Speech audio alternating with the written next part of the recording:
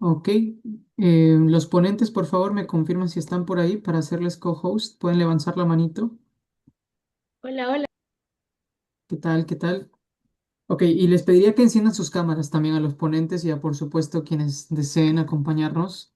Hoy comenzamos, como decía, con las charlas de... Primero tenemos la sesión del protocolo BB84, que es un protocolo de distribución cuántica de llaves, básicamente un protocolo que demuestra el nivel de seguridad que existe dentro de un sistema de comunicaciones cuánticas y va a ser simulado de manera realista utilizando lo que se llama el ruido dentro de la computación cuántica.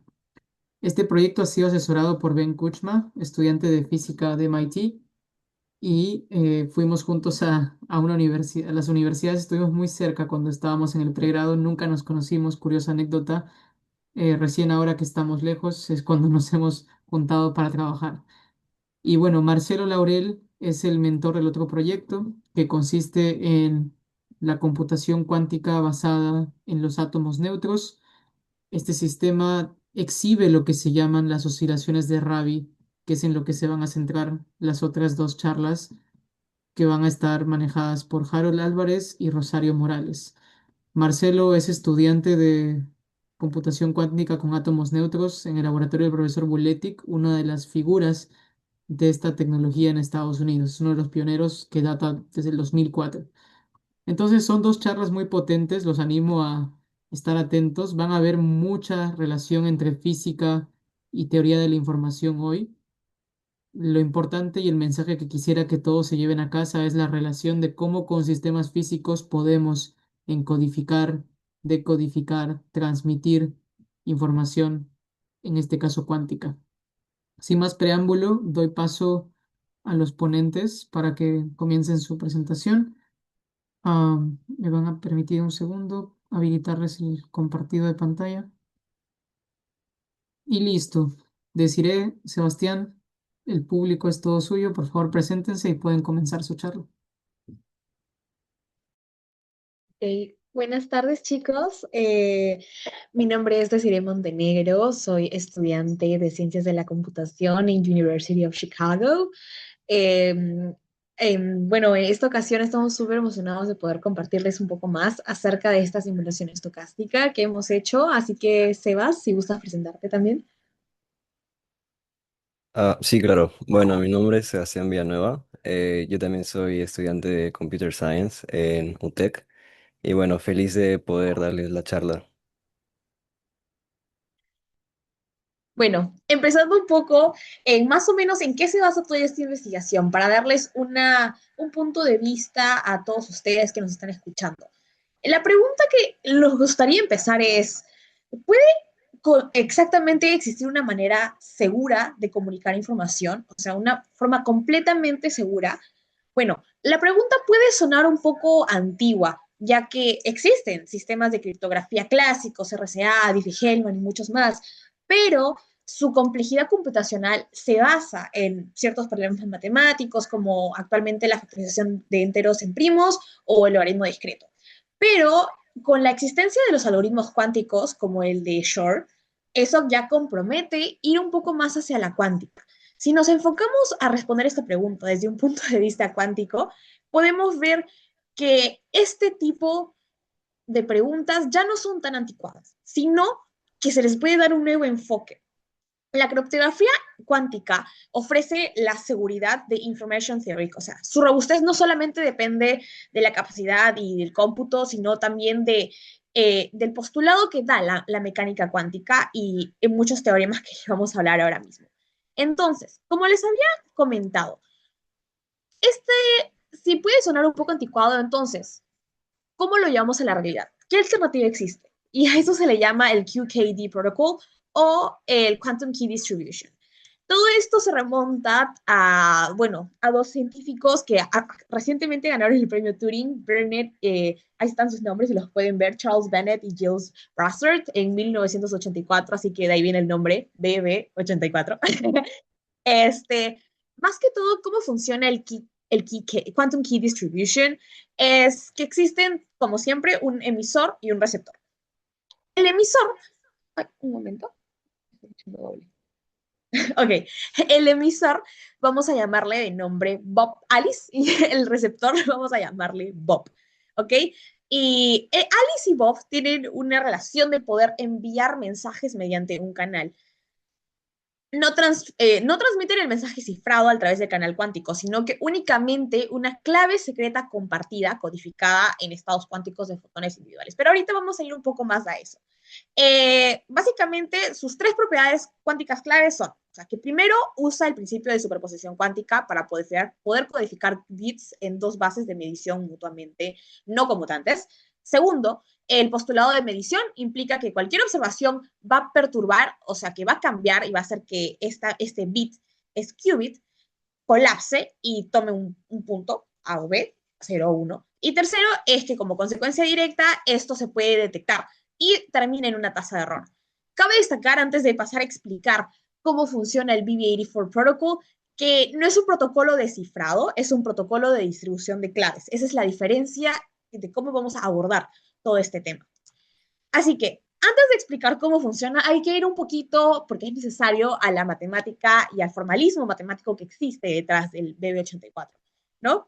Antes de entrar al protocolo, es muy importante poder conocer esto, ¿no? Número uno, el qubit, que es la unidad fundamental de información cuántica, se escribe en los esprazos de Hilbert mediante el estado puro, generalmente, ket psi es igual a alfa por ket 0 más beta ket 1. Lo que están viendo aquí. Y también que la condición de normalización exige que el módulo de alfa al cuadrado más módulo de beta al cuadrado es igual a 1, o sea, sus probabilidades. Esto es cuando estamos asumiendo un estado puro. Un estado puro es decir, que está completamente polarizado tanto en el ecuador o en los sures de la esfera de Bloch, que es como se puede visualizar, más que todo, estos qubits. Sin embargo, al poder pasarlo a la realidad, y haciendo análisis es que no existe una manera exactamente de poder pasar la teoría sin errores o sin perturbaciones del mundo externo. O sea, estos cuatro estados que existen, o sea, el 0, el 1, el más y el menos, así distribuidos de esta manera en la esfera de Bloch, como lo pueden ver, no hay una manera que sea 100% así. Entonces, ¿cómo describimos los estados de la información en los qubits? Es donde ya pasamos un poco más a los estados mixtos. Entonces, la interacción del qubit con su entorno crea una decoherencia cuántica. Y esto destruye pues las coherencias que existen en la misma esfera de Bloch, o sea, empujando el estado hacia el interior. Y estos estados mixtos se representan mediante los operadores de densidad o el operador de densidad llamado ρ, donde ρ es igual a Ketzi por Bratzi, o sea, Ket por Brat. Y para los estados puros, esto cambia, hace que se pueda definir de mejor manera, como desde un punto de vista matemático, la ubicación geométrica, porque no puede ser una esfera 100% así, redondita. Entonces, y bueno, también para las mezclas estadísticas, esto cambia un poco a las sumatorias sobre I, de P sub I, por ket, psi sub I, por bra sub I. Bueno, más que todo. Subrayar también que esto es muy importante, que aquí como pueden ver esta esfera de Bloch, aquí la están viendo en sus pantallas, una vez que el estado mixto, el qubit interactúa con su entorno, este se empieza a comprimir un poco más y cambia obviamente la forma geométrica de esto. Así que, continuando, siguiente diapositiva, please. Ahora, vamos un poco también a la base matemática del BB84. Sí, continuando con esto. El formalismo también de las matrices de densidad es que es la herramienta correcta para poder describir sistemas abiertos, porque un qubit interactuando con su entorno no se escribe solamente mediante lo que dijimos anteriormente. Entonces, para modelar el ruido del que les estaba hablando, del que les estaba comentando, que hace que se contraiga hacia el centro, se le describe mediante los operadores de Krauss. O sea, cualquier proceso físico que actúe sobre un qubit, sea en atenuación en fibra óptica, despolarización por dispersión, le vamos a hablar un poco más de eso, o desfasamiento por fluctuaciones del campo o por cualquier X, A o B motivos, se puede representar como un mapa completamente positivo y una tranza perseverante, o se le llama también el CPTP, como lo pueden ver aquí en los operadores de Krauss. ¿Ok? Este formalismo garantiza que ρ permanezca en un operador de densidad válido, o sea, que sea hermítico, semidefinido, positivo y de que tenga una traza unitaria. luego de cualquier proceso de ruido. O sea, a pesar de ese ruido, también tenemos que tener un formalismo para nombrarlo y para poder abordarlo dentro de este todo protocolo, ¿no? Ese es básicamente todo el núcleo matemático que justifica la representación por canales de Pauli que utilizamos en nuestra simulación. ¿Vale? Entonces, aquí, como podemos ver, están los operadores de Krauss y el CTPP. Así que podemos continuar, please. Ahora sí, luego de haberles explicado un poco acerca de las bases matemáticas y cómo es que llegamos a utilizar todos esos operadores, vamos un poquito más hacia cómo funciona realmente este protocolo. ¿Cómo es que va? Ok, este protocolo empieza así con ALICE. O sea, el BB84 opera sobre un canal cuántico y un canal clásico público. ALICE prepara n qubits codificando cada qubit que pertenece a 0 o 1 en una de las dos bases de medición, o sea la base computacional Z o la base Hadamard X, que codifica el estado más en los estados anteriores que habíamos visto en la esfera de Blochs. Y bueno, la selección de la base es uniformemente aleatoria para cada pulso. En cada pulso, ALICE va a enviar fotones de información aquí. Pum, pum.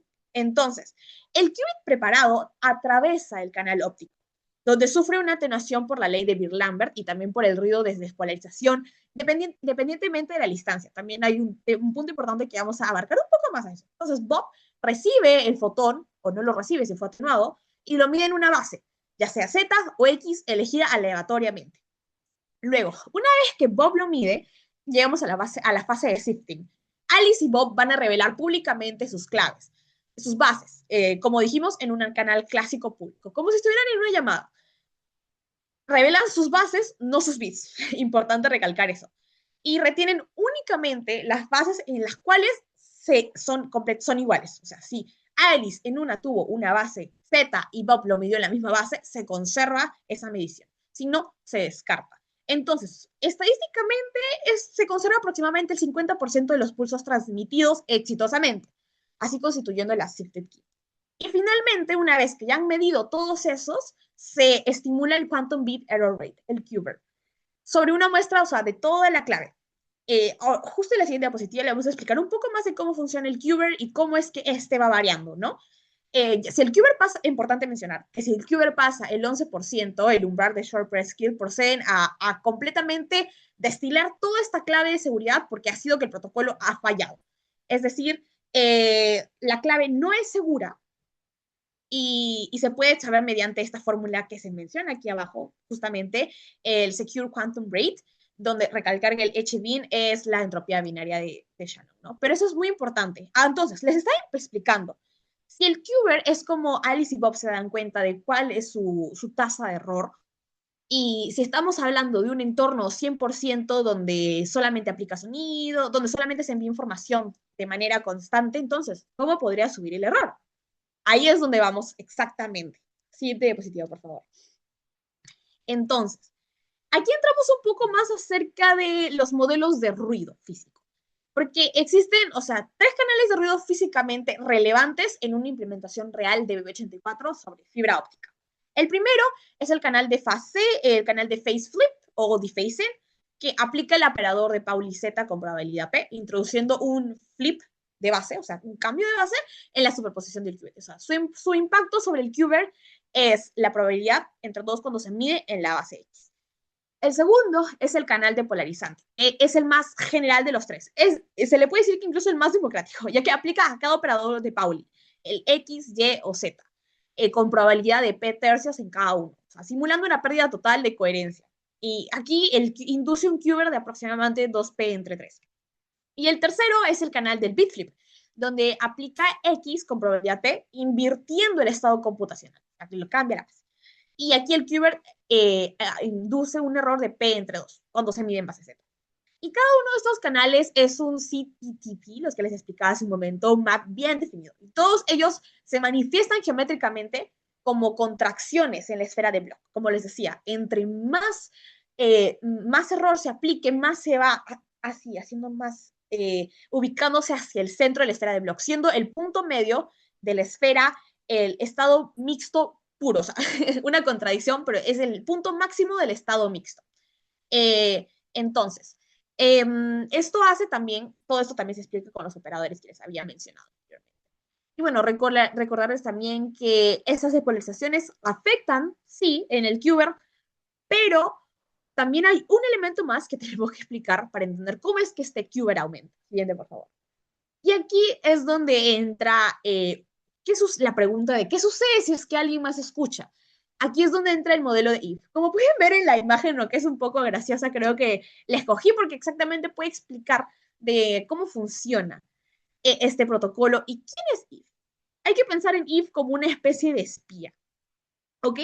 En el modelo de ataque que tiene if, cuando se están enviando, por ejemplo, Alice le envió un mensaje a Bob por el canal cuántico, lo comparan en el canal clásico, Eve está viendo, observando todo ese proceso. Eve intercepta el qubit en el canal cuántico y lo mide en una base elegida aleatoriamente y reenvía a Bob el estado colapsado.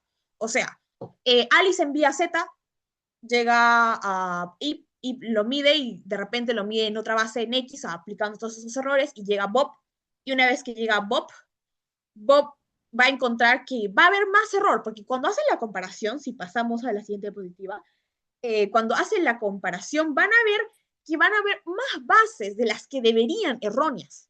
Entonces, dado que if elige la base incorrecta, entonces el caso de medición de Bob también tiene una probabilidad una mayor probabilidad de devolver un bit incorrecto. Entonces aquí se genera un qubit de incluso 25% y el umbral de seguridad del BB84 para detección de eavesdropping, por eso viene el nombre de if, es exactamente ese punto, o sea, lo sobrepasa. Aquí el problema que tenemos es las pérdidas, por ejemplo, de información que puede haber gracias a if, ¿no?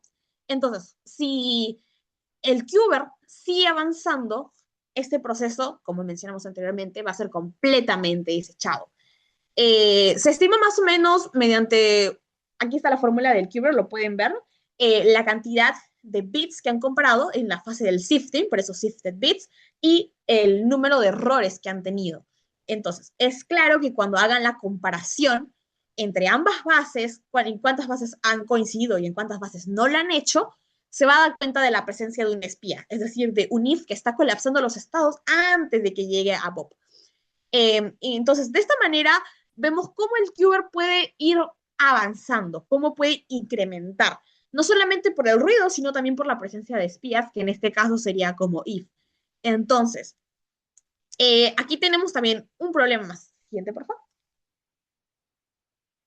Aquí encontramos un problema grande, ya que identificamos un gran muro computacional, se podría llamar incluso. Identificamos el bottleneck central que motiva toda esta investigación, como es lo que hemos hecho. La simulación fiel de sistemas de BB84 realistas requiere también muchísimos recursos para poder simular el ruido que les hemos explicado, la presencia de espías como if. Entonces, al hacer todas estas simulaciones, se crea mucha decoherencia. O sea, se puede también, requiere formalismos bastante precisos, como habíamos mencionado. Entonces, aquí hay un problema, que para poder simular estos protocolos generalmente se requieren de muchos recursos, tanto de recursos como de hardware como de procesadores en software. Entonces, la complejidad temporal que tiene Scala y eso hace que las investigaciones tarden años por ejemplo, para simular redes de tamaño modesto. Entonces, es bastante inviable para las opciones de investigación y desarrollo bastante estándar, ¿no? Entonces, aquí entra nuestra necesidad de poder encontrar una manera de explicar, de cómo entender cómo funciona y poder comparar diversos tipos de cuestiones dentro del protocolo que hacen que el Qber suba o pueda bajar. Entonces, siguiente, por favor. Otra parte también que es muy importante y lo que les estaba mencionando es que simular apenas 30 nodos de red cuántica con fidelidad completa de las matrices de densidad y de todo el proceso matemático que les mostramos requiere el orden de 10 a la 27 floating point operations por ronda de simulación. Y esa supera la capacidad de cualquier supercomputador, incluso un ordenador que podemos usar en el día a día ¿no? Y el costo de memoria, por ejemplo, para n igual a 20 nodos, es el orden, por ejemplo, de incluso llegando al nivel de petabytes. Entonces, es financieramente bastante inviable para laboratorios incluso para laboratorios de investigación convencionales. Además, que la complejidad temporal de por gate implica tiempos de simulación de años incluso, ¿no? Y se necesita una vía de escape, un formalismo que pueda capturar toda esta de coherencia y poder reducir el costo computacional que esto implica. Entonces, no es solamente un problema de hardware, sino también un problema de complejidad computacional, como se le suele llamar.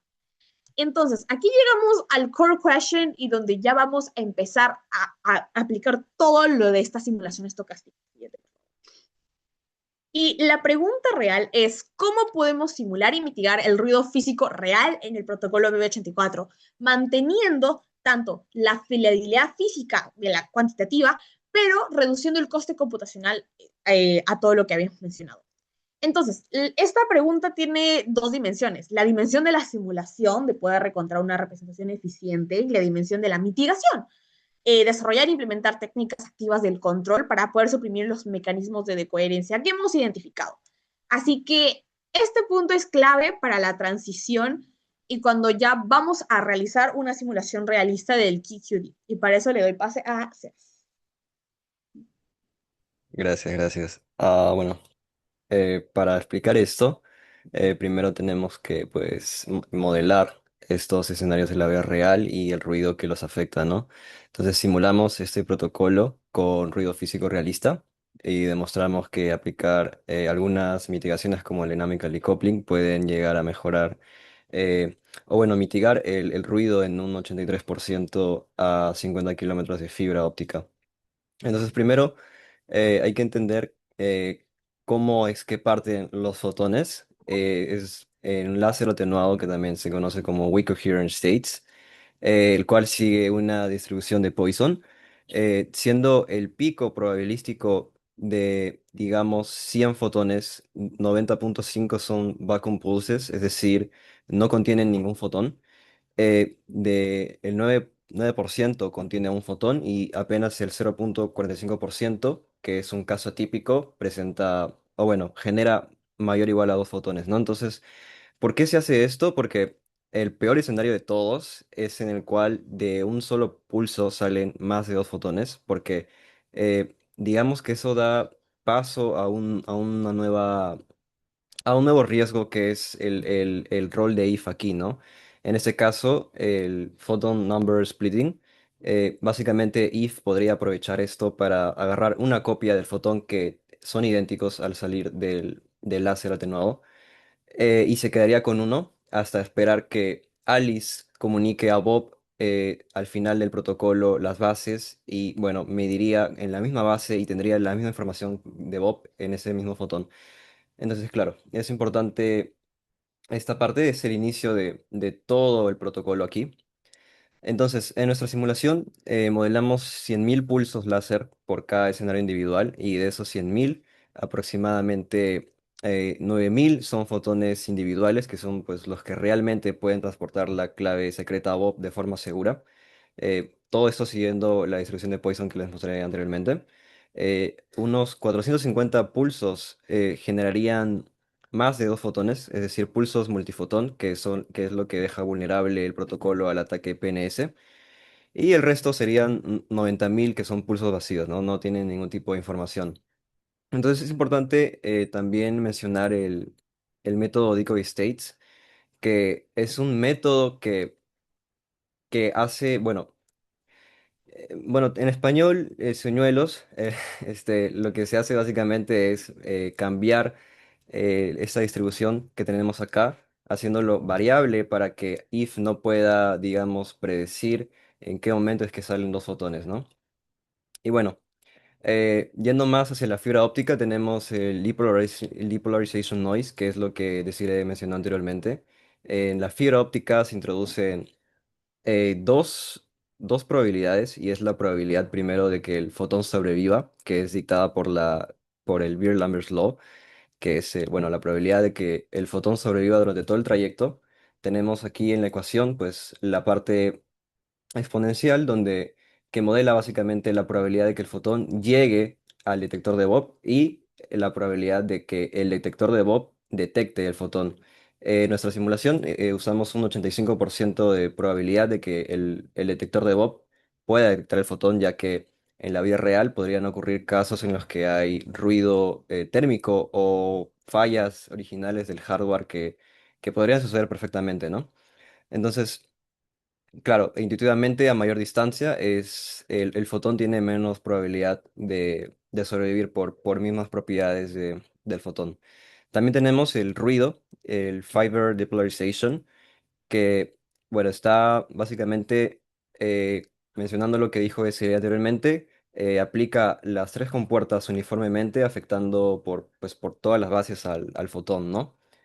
Y bueno, también tenemos aquí la atenuación del fotón, que es lo que mencioné anteriormente. Esta sería la gráfica. Como vemos, es un comportamiento asintótico. A mayor distancia es más probable que el fotón no sobreviva. Y el ruido de polarización, que tiene un crecimiento lineal también respecto a la distancia. Bueno, tenemos también el ruido del defacing, que es dictado por el memory decoherence, que básicamente se da cuando los estados, los qubits, se almacenan en las memorias cuánticas que funcionan como repetidores. Eh, entonces, pues digamos que incluso en estas memorias que permiten aislar al qubit el environment, no sé cómo decir eso, bueno, la naturaleza, digamos que no sobreviven al ruido, ¿no? Tenemos dos parámetros físicos aquí, que es el tiempo muerto el que el fotón permanece y el memory coherence, que es el tiempo, digamos, de gracia hasta que el fotón empieza a perder su propiedad cuántica, ¿no? Tenemos aquí la ecuación de la probabilidad de que se aplique la matriz de Pauli-Z, que vendría a ser pues el defacing, ¿no? Tenemos aquí un comportamiento exponencial que tiende al 50%, que es el peor de los casos, ya que si modelamos esto en una matriz de densidad, tenemos que en los términos no diagonales, matemáticamente, pues podrían ser como 1 - 2p, siendo una probabilidad de 0,5, la cual anula estos términos de la no diagonal y le quita la propiedad cuántica a nuestra matriz de densidad. Entonces tenemos aquí también un pequeño gráfico de cómo es que funciona la memoria cuántica. Y bueno, hasta ahora hemos visto muchos problemas, tipos de ruido y demás. Actualmente funcionan como mitigación algunas técnicas de dynamical decoupling, las cuales consisten en aplicar a microwave pulses o pulsos electromagnéticos para poder revertir el ruido del fotón usando el mismo ruido del exterior, ¿no? Entonces, primero tenemos el hand echo o spin echo, que consiste en aplicar un solo pulso que asumiendo que el ruido es cuasi estático, pues anula por completo o bueno, cerca a cero el ruido, ¿no? También tenemos los Car Purcell.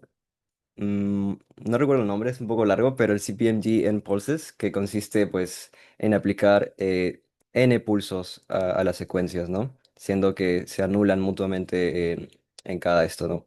Claro, esto es para básicamente eh, asumiendo que el primer pulso no es perfecto, el segundo sí lo hará y el tercero y el cuarto más, ¿no? Entonces, obviamente a mayor pulsos es más probable digamos que revertir el ruido, pero también sugiere pues que necesitamos más hardware y creo que lo que se hace en la industria es generalmente aplicar cuatro pulsos, ¿no? Que podrían llegar a mitigar el 87% del ruido, siendo simplemente el último segmento lo que podría contribuir al decoherence del fotón. Y bueno, un pequeño ejemplo de cómo funcionaría el dynamical decoupling muy simplificado es que digamos que tenemos un carro descarrilándose y se le aplica el pulso, ¿no? Haciendo que pues el carro pueda recuperar su trayectoria original. Bueno, físicamente no es así de simple, o sea, lo que se aplicaría básicamente es un giro de 180 grados para que el mismo ruido que generó el decoherence pueda hacer que el estado vuelva a su estado original sin ruido. Y bueno, para ir de lleno a nuestra simulación, primero es importante mencionar que modelamos un ruido cuasi estático, es decir, un ruido casi constante. Eh, lo que importa aquí en esta ecuación es el comportamiento exponencial, ya que el n es el número de pulsos del dynamical decoupling que se aplican, siendo pues más n pulsos lo que haría que el denominador crezca y haga que pues esto se aproxime a uno y haga que se anule todo el ruido, ¿no? Bueno, tenemos aquí la ecuación sin aplicar dynamical decoupling, vemos como el ruido crece exponencialmente y no se mitiga. Tenemos con el Haneko o un pulso que ahora se divide entre dos para dos pulsos con cuatro y para cuatro con ocho, haciendo pues intuitivamente pensando que a más pulsos se puede mitigar mejor el ruido. Y bueno, el método que usamos es este, como Desiree mencionó anteriormente, pues computacionalmente es muy costoso modelar las matrices de densidad, pero lo que usamos es básicamente Steam, que no modela, digamos, de forma como lo hacen los otros simuladores, la matriz de densidad, permitiéndonos pues aplicar el método Monte Carlo, que son, bueno, ya lo voy a explicar después, pero permitiéndonos pues aplicar las compuertas bajo ciertas probabilidades específicas. No tenemos aquí la sumatoria de Krauss, la probabilidad de aplicar cada operador de Pauli o cada ruido a la simulación. Y bueno, ya para ir a la arquitectura del código, lo que hicimos fue primero usar bueno, modelar las variables globales en el config o el módulo. Tenemos el L, que vendría a ser el fiber length o el tamaño de la fibra, perdón, la distancia de la fibra. El U, que vendría a ser pues el promedio de fotones que salen por pulsos, que seguía la distribución de Poisson que mencioné anteriormente. El T2, que es el tiempo en el que digamos, el tiempo de gracia antes de perder el decoherence en la memoria cuántica. El n-shots, que es el número de iteraciones perdón, el número de fotones disparados por escenario, que son 100.000, y el tipo de dynamical decoupling que se aplica, ¿no? Entonces el otro archivo es el Weak Coherent States Emitter, que es el láser atenuado que sigue la distribución de Poisson. El canal, que es la fibra óptica, que también pues añade la atenuación por Bill-Lambert's Law. Y bueno, el ruido de depolarizing. También modelamos la memoria cuántica con el tiempo de dephasing. Y bueno, también el protocolo completo del BB84 y las secuencias de Dynamical Decoupling. Y al final, pues los gráficos que nos permiten ver cómo ciertas técnicas de Dynamical Decoupling mitigan el QBER, que es el Quantum Bit Error Rate. Y bueno, eh, para explicar qué es el método Monte Carlo, es un método estadístico que modela la probabilidad de distintos resultados en situaciones inciertas, es decir, bajo probabilidades utilizando pues un muestreo aleatorio repetido. Permite evaluar riesgos predecibles en el futuro y tomar decisiones informadas, analizar el impacto de variables aleatorias, ¿no? Entonces, digamos que este método se basa en generar miles de escenarios posibles para aproximar soluciones complejas, lo cual digamos que es muy propio de las finanzas y de la economía. Eh, de hecho, hay un chiste aquí de que o sea, es el puente en el que se conoce la física y las finanzas, pero el físico, claro, puede entender las finanzas, pero el financiero no la física, ¿no? Entonces, en este ejemplo tenemos 100.000 iteraciones, la media, pues tenemos como punto a 12, y bueno, la desviación estándar y demás, pero el chiste es que de muchas iteraciones logramos aproximar, pues, bueno, obtener una media, mejor dicho. Y bueno, eso es lo que estaban esperando, nuestra simulación. Esos son todos los resultados posibles. Como ven, pues son muchos escenarios. Lo que importa realmente, pues es la línea gruesa, que es el promedio del comportamiento de cada técnica, ¿no? De Dynamical Decoupling. Como vimos, bueno, como podemos observar, incluso hay casos en los que, por ejemplo, el no aplicar ningún tipo de Dynamical Decoupling logra tener mejor performance que aplicando ciertos tipos. Y eso se debe a que, pues, en la simulación usamos muchas variables aleatorias, como podrían ser primero bueno, los pulsos de fotones. También tenemos propiedades aleatorias naturales del circuito, como por ejemplo el sifting key, que es básicamente las bases que usa Bob para poder obtener la información del fotón, siendo que pues bajo un 50% de probabilidad acierte o no acierte, ¿no? Entonces en algunos casos acierta más veces que en otros y en otros pues digamos que por mera probabilidad no relacionada a la física, pues bajo este tipo de mitigación pues obtenemos un peor resultado. Y bueno, este es finalmente el benchmark de lo que pues hemos implementado. Como podemos ver, pues el mejor de los casos, es decir, el que tiene menor Q-ver, que es al final lo que queremos reducir para no llegar al 11%, que es, digamos que el límite teórico antes de abandonar el protocolo por completo, ya que pues sugeriría que no es un método seguro para intercambiar información. Pues vemos que el que logra mitigar mejor el Qver es el CPNG de 4 pulsos. Y bueno, el que tiene peor performance pues es el de No Dynamically Coupling. Y eso sería todo. Gracias.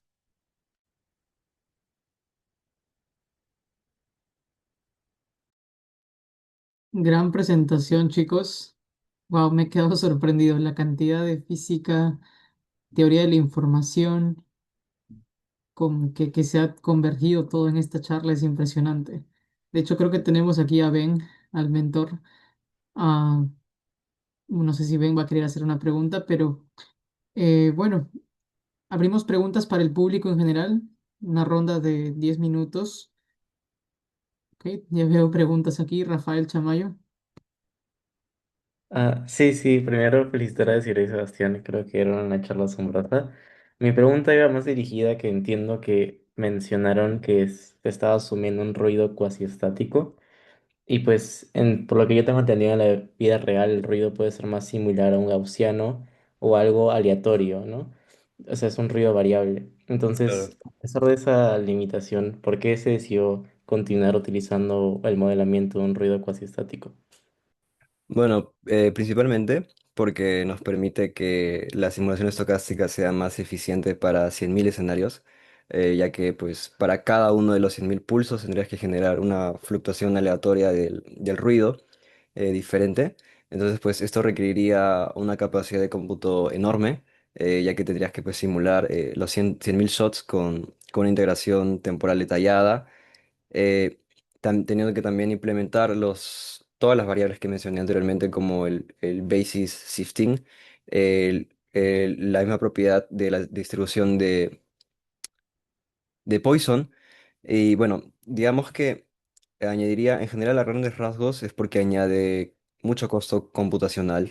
Entonces, pues, yo creo que igual no es algo que se pueda descartar, como vimos anteriormente, o sea, a un inicio iba a ser difícil modelar las matrices de densidad, pero de alguna u otra forma logramos hacerlo con Steam, que también shout out a Ben que nos recomendó Steam, ya que pues es la herramienta que usa él cotidianamente para su laboratorio. Y bueno, creo que igual implementarlo sería muy interesante para hacer eso más paper material si es que ya no lo es con lo que hemos hecho. Y creo que, bueno, espero que eso responda a tu pregunta. Sí, muchas gracias.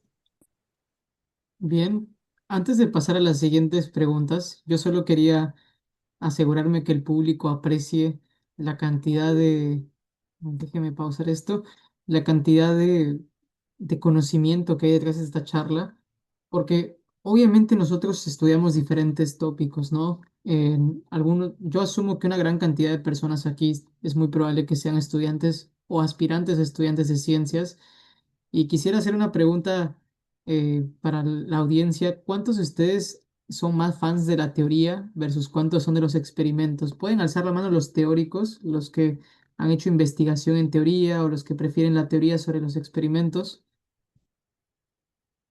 Teoría incluye simulaciones, por supuesto, ¿no? Ok, veo que son poquitos teóricos. ¿Cuántos son experimentales? ¿Alguna carrera experimental? ¿Pueden levantar la mano? Aquí tengo que levantar mi mano yo. Fun fact, y es que yo a Freddy le decía que no me gustaba la óptica y al final terminé haciendo pues una presentación basada en óptica y la verdad me gustó bastante porque o sea, se implementa todo tipo de ingeniería para poder lograr hacer funcionar todo esto. Y bueno, también digamos que no se pierde la rigurosidad de la teoría, ¿no? Así que de verdad me gusta bastante. Y lo que quería añadir con esta pregunta es básicamente que en este estudio uno puede pensar que el trabajo que han hecho es modelamiento y protocolos de seguridad, pero por supuesto, ¿no? O sea, cuando uno piensa en el hardware que se desarrolla, por ejemplo, los detectores, Sebastián hablaba de la distribución poissoniana. Los detectores son al finalmente quienes dictan cómo es la distribución del fotón que se detecta. Esos detectores hoy en día son de alta tecnología. Por ejemplo, los Superconducting Single Nanowire Single Photon Detectors, SNSPDs, son los detectores de más alta gama que tenemos y les puedo dar como una estimación de qué tan caros son. Cuando estuve en la Católica con el equipo justamente de Quantum Hub, fuimos y conversamos con el Laboratorio de Óptica Cuántica de la Pontificia Universidad Católica del Perú, la PUC, y ellos nos hablaron de este tipo de detectores a los que yo estaba acostumbrado porque en los laboratorios que trabajé en Northwestern University o por ejemplo ahora en Maryland utilizamos SNSPDs. Yo no sabía que eran tan caros, pero sabía que eran como de uso cotidiano en el research que hacemos. Pero en la Católica utilizan fotodetectores mucho más humildes que no tienen esa capacidad de detección. Por ejemplo, Sebastián, hablabas tú de la probabilidad de detección, ¿verdad? Hay un término que es como collection efficiency, ustedes le pusieron 0.8. eh, en un SNSPD ese número se aproxima a 0.98 más o menos. Es mucho más alto. Y para mejorar estos detectores, uno pensaría que es solo problemas de hardware, pero en realidad no. Las personas que caracterizan estos detectores hacen teoría de la estimación, hacen teoría de procesos estocásticos y son muy teóricos. Entonces, al final, en este research hay bastante teoría y bastantes experimentos que van de la mano. Sebastián hablaba de estados coherentes, eso es óptica cuántica. Hablaba de single photons, eso también es óptica cuántica, es teoría, pero que cuando uno lo lleva a la práctica también se vuelve experimento. Entonces, este tipo de research, que es en lo que yo trabajo justamente, es mi campo fotónica cuántica, se usa mucho la ayuda de todos, de los teóricos, de los experimentales, los information theorists, las personas que están en el laboratorio haciendo la ingeniería de hardware, etcétera. Así que esa es la reflexión que quería hacer, un poco como para pensar en la relevancia de todos los campos dentro de las ciencias y tecnologías cuánticas. Perdonen que interrumpí las preguntas, solo que sentí que tenía que dar este mensaje. No sé si hay una pregunta o dos más. Ok, veo la mano de Jefferson. Primero, Jefferson, ¿quieres decir tu pregunta? Hola, buenas noches. Ya, mi pregunta es, bueno, en lo que pues hablaron los dos ponentes, pues comprendí que la distancia afecta la comunicación en dos formas, ¿no? Que bien perdemos fotones o que se quedan por causa del ruido, ¿no? Y bueno, el error que se consideraba era del 5.5%. Mi pregunta era que si ustedes consideran que la prioridad debe ser fabricar mejores detectores de ultra o baja emisión para, digamos, lograr lo poco que se llega para poder notar y todo lo demás, o construir estaciones de relevo como repetidores que usen secuencias CPMG, no sé si lo pronunciaré bien, disculpa, pero ahí ya, para restaurar lo que es la fidelidad del mensaje, o sea, del código antes que se pierda, ¿no? Esa era mi pregunta como tal. Sí, bueno, creo que igual esa es una pregunta que termina siendo más ingenieril que teoría, pero creo que intuitivamente, como tú dices, la solución sería pues en construir más repetidores que puedan, digamos que almacenar este qubit antes de que por la regla de Beer-Lambert pierda pues su... se pierda básicamente por la atenuación. Sí, también agregar a eso una pequeña cosa, es que justo como mencionábamos acerca del dynamical decoupling y todo eso, si lo ponemos como que en el contexto de repetidores cuánticos, esos también dependen de memorias cuánticas, ¿no? Capaces de poder preservar la fidelidad del estado, ¿no? Durante el proceso de relevo. Entonces, si nos pondrían a elegir entre esos dos, creo que la mejor perspectiva también sería lo de los repetidores cuánticos, siendo que se puede trabajar esto mismo con las memorias y poder hacer una comparación. Obviamente la de coherencia va a seguir existiendo y es un problema que la ingeniería tendrá que resolver. Sin embargo, es muy importante pensar en esas soluciones para poder seguir incrementando la distancia y aplicar esos protocolos cuánticos a distancias que sobrepasen incluso los 20 kilómetros y mucho más allá. Solamente para añadir, aquí, bueno, yo sí conozco más o menos cuánto cuesta un SNSPD. Un SNSPD está entre 50.000 a 200.000 dólares, un solo detector. Y un Quantum Repeater no es todavía un producto comercializable, o sea, es tecnología que se hace en el laboratorio y se queda en el laboratorio. No hay muchas empresas que vendan repeaters, pero pensando en la pregunta, para experimentos que se hacen en el laboratorio, creo que es mejor, definitivamente, si uno tiene que invertir en uno de los dos, en el SNSPD, porque el SNSPD te sirve para muchos tipos de experimentos, no solamente para comunicaciones cuánticas. Pero si quisiéramos crear una Internet cuántica interciudad, de interciudades, como ya existe acá en Estados Unidos, necesitamos los repeaters, porque los repeaters, justamente cuando hablamos de distancias, kilómetros, de cientos de miles de kilómetros, necesitamos esa tecnología para que no ocurra lo que Sebastián describía como el proceso de la pérdida de la información por el loss, que es como un decrecimiento exponencial en función a la distancia. Entonces, sí. Eh, entonces, depende de la aplicación, es la respuesta a la pregunta. Creo que tenemos una última pregunta, Adriana. Adri. Sí, hola chicos. Bueno, primero felicidades también por su ponencia, muy completa. Una pregunta sobre una simulación, sobre su simulación, donde modelaron la fuente como un weak coherent state con un promedio de 0,1 fotones por pulso. Y mencionaron que los pulsos multifotón, donde salen pues dos o más fotones, son vulnerables al ataque Photon Number Splitting o PNS, como mencionaron ustedes. Y bueno, por una revisión rápida, vi que el método de decoy states es una solución estándar para ese problema. Entonces la pregunta es como, ¿por qué no incluyeron este método? O si la habían Sí, revisado. sí, primero gracias sobre todo por tu pregunta y por haber estado presente. El punto es que ese ataque del Phantom Number Splitting explota ese 0,45% de los pulsos multifotón. O sea, if el espía podría retener un fotón extra y esperar a la fase de sifting donde comparan en el canal clásico público para medirlo sin dejar ningún tipo de rastro ni perturbación. O sea, eso afecta a la seguridad. Y si bien los decoy states, o sea, las señales, o sea, usan como tres diferentes señales, el signal, decoy y el vacuum, es lo estándar, no lo incluimos sobre todo por la decisión de alcance, ya que nuestro foco era validar la traducción del CPTP a canales de Pauli y la efectividad del dynamical decoupling en la memoria. Entonces, el haberlo implementado hubiera requerido o sea, ampliar nuestro análisis estadístico, ya que es un módulo, por así decirlo, en sí mismo. Y el código también que usamos es extenderlo, o sea, agregar un decoy analyzer y que ejecutaría el emisor con distintos valores de mu, el promedio de fotones enviados por pulso. Y bueno, eso sería como que ya el primer paso para poder a este mu agregarle diferentes tres puntos diferentes, tres valores diferentes y que se vayan lanzando y poder hacer como que un análisis cruzado, ¿no? Pero básicamente es posible, sí. Sin embargo, como habíamos mencionado también por una decisión de alcance y para poder hacerlo de la manera más factible, realizable y replicable posible, decidimos no incluirlo también por el tema del financiamiento que conlleva poder aplicar toda esta simulación a un sistema real. Listo, gracias. Ok, perfecto. No sé si es que ya estamos a punto de empezar la siguiente charla de átomos neutros. Ben, te veo por aquí. I see you over here. Do you want to give some words maybe to Sebastián, Desir, and everyone else who's listening? I can translate for you, only if you can speak, of course. Hello, hello. Yes, I am here.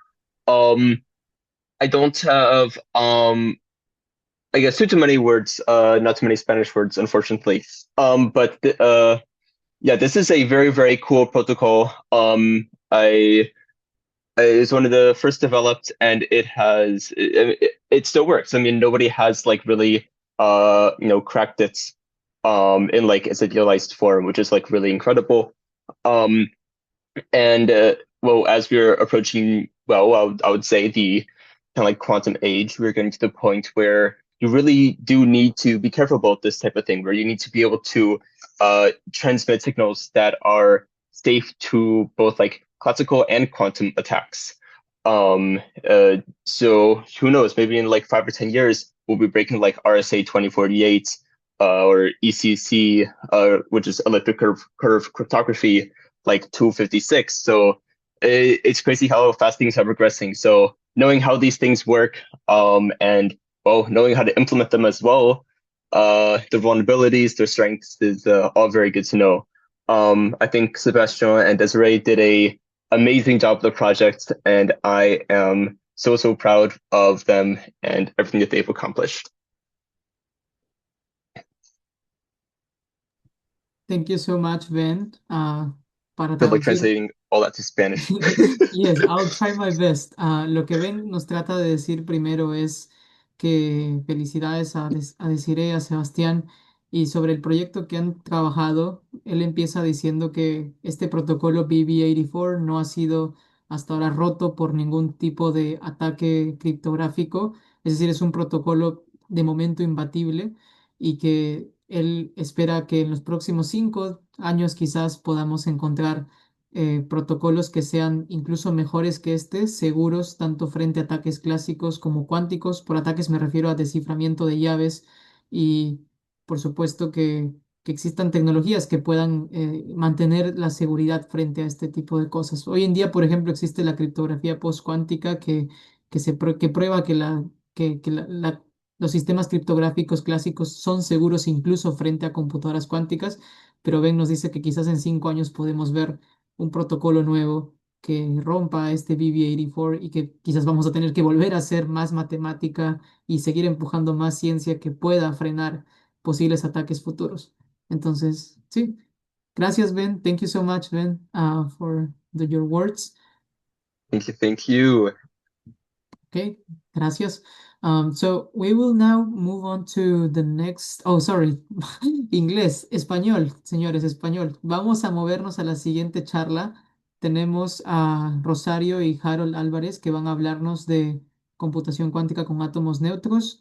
Ellos han sido mentoreados en parte por Marcelo, que es justamente compañero de Ben, trabajan en el mismo laboratorio de átomos neutros en MIT y Marcelo también es un estudiante en Harvard. Y bueno, también tuve la oportunidad de colaborar un poco con este proyecto, sobre todo las últimas semanas con Rosario y Harold. Así que chicos, la audiencia es todo suya.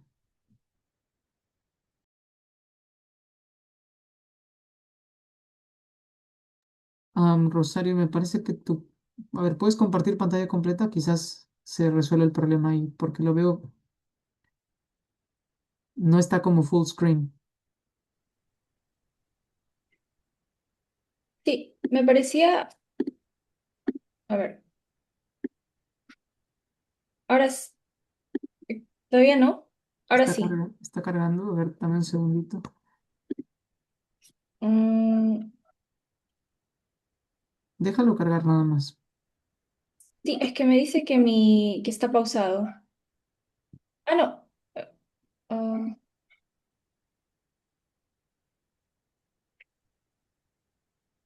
Sí, sí, está pausado. A ver, déjame ver si yo resuelvo. sí, un momento, creo que estaba presentando únicamente sí. Ahora sí se ve, ¿verdad? ¿Pueden confirmar? Yo veo, lo sigo viendo como... ¿Se ve pantalla completa para todos? A ver, decir, Sebastián, ¿me ayudan con eso? Un poco raro. Ahora sí creo.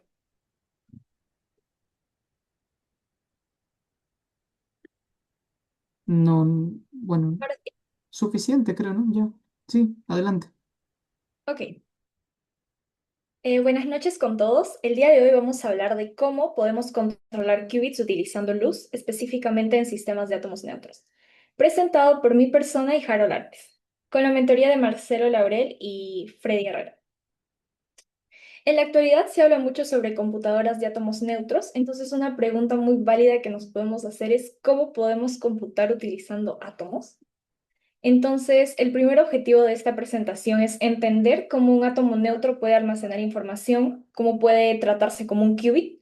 Luego vamos a explicar cómo la luz se utiliza para generar un cambio en el estado energético del átomo y activar una transición entre estos niveles, ¿no? Luego vamos a diferenciar entre tres frecuencias muy importantes para comprender estos fenómenos, que es la frecuencia natural de transición o frecuencia de resonancia del átomo, que es omega sub cero, omega sub L, que es la frecuencia de láser, y omega mayúscula sub R, que es la frecuencia de Rabi. Bueno, luego vamos a mostrar cómo estos cambios físicos son en realidad compuertas cuánticas que se aplican en un sistema real. Incluso en la información clásica, nosotros asignamos niveles o mediciones físicas a bits. Generalmente se hace que un nivel alto de voltaje se asocie al bit 1 y un nivel bajo de voltaje al bit 0. Entonces, almacenar información es la capacidad de tener dos estados distinguibles y computar es poder alternar entre estos dos estados. Entonces, en la computación cuántica sucede algo muy parecido. Sin embargo, lo que nosotros utilizamos son unidades de información cuántica, en este caso los qubits. Eh, Existen muchos sistemas físicos que pueden servir como qubits y se pueden implementar de distintas formas, ¿no? Entonces, un qubit nosotros lo podemos encontrar en la polarización de un fotón, dirección horizontal o vertical, lo podemos encontrar en la orientación de un spin, up and down, o en la ubicación de una partícula en un doble pozo, en este caso podría ser derecha o izquierda. Y también lo podemos encontrar en los niveles de energía de un átomo. Como pueden ver, la idea general es que nosotros escogemos dos estados físicos de un sistema y a uno le asignamos 0 y al otro 1. En el caso de los átomos neutros, utilizamos los estados de energía del átomo y asignamos el valor 0 al ground state o estado base y al estado de mayor energía o estado excitado como el 1. Entonces, en las computadoras de átomos neutros, nosotros lo que tenemos es un arreglo de átomos que se encuentra en una cámara de vacío y nosotros utilizamos láseres para poder modificar los estados individuales de cada uno de esos átomos. De manera general, acá nosotros podemos ver un átomo de rubidio que tiene sus estados relevantes, el ground y el excited state. Vamos a explicar un poco qué es una transición atómica, cómo ocurre el cambio de energía. Bueno, si un átomo está en un nivel inferior de energía y recibe la energía adecuada, entonces puede pasar al nivel superior. Y luego todos estos conceptos se explicarán de manera más profunda. En este caso existe una diferencia de energía, como se puede observar, y en realidad no es el átomo el que se desplaza físicamente, sino es un cambio interno dentro del átomo, a lo que se le considera cambio en el estado de la energía. Lo que sucede es que es un electrón el que observa la energía y un electrón el que cambia de nivel, ¿no? Esto ocurre dentro del átomo, pero el estado energético del átomo cambia, ¿no? Acá parece que el átomo se mueve en esta gráfica, pero eso no ocurre. Ahora nosotros podemos analizar cómo interacciona la luz con la materia, en este caso a la escala más simple, que es el fotón con el átomo. Nosotros sabemos ahora que el átomo cuenta con su propia frecuencia de transición y que viene de la separación de la energía entre dos de sus niveles. Y también sabemos que el fotón tiene su propia frecuencia y para que el fotón active una transición en el átomo, tenemos que aproximar o tenemos que tener que la frecuencia del fotón es muy cercana a la frecuencia de resonancia del átomo. Ahora, en un sistema de dos niveles, estamos considerando un estado 0 y un estado 1, existe una cantidad que representa qué tan fuerte el láser aplicado está acoplando ambos estados. Eso se le conoce como frecuencia de Rabi. La frecuencia de Rabi no es la frecuencia del átomo y no es la frecuencia del láser. Es la rapidez con la que el láser produce un cambio entre el estado 0 y el estado 1, ¿no?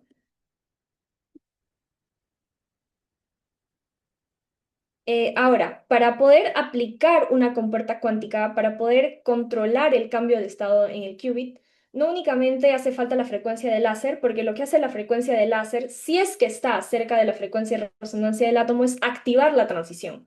Pero para controlar la naturaleza de la transición, nosotros variamos el tiempo en el que se le está aplicando el láser al átomo. Entonces, eh, lo que nosotros obtenemos van a ser pulsos. Y existen diferentes tipos de pulsos.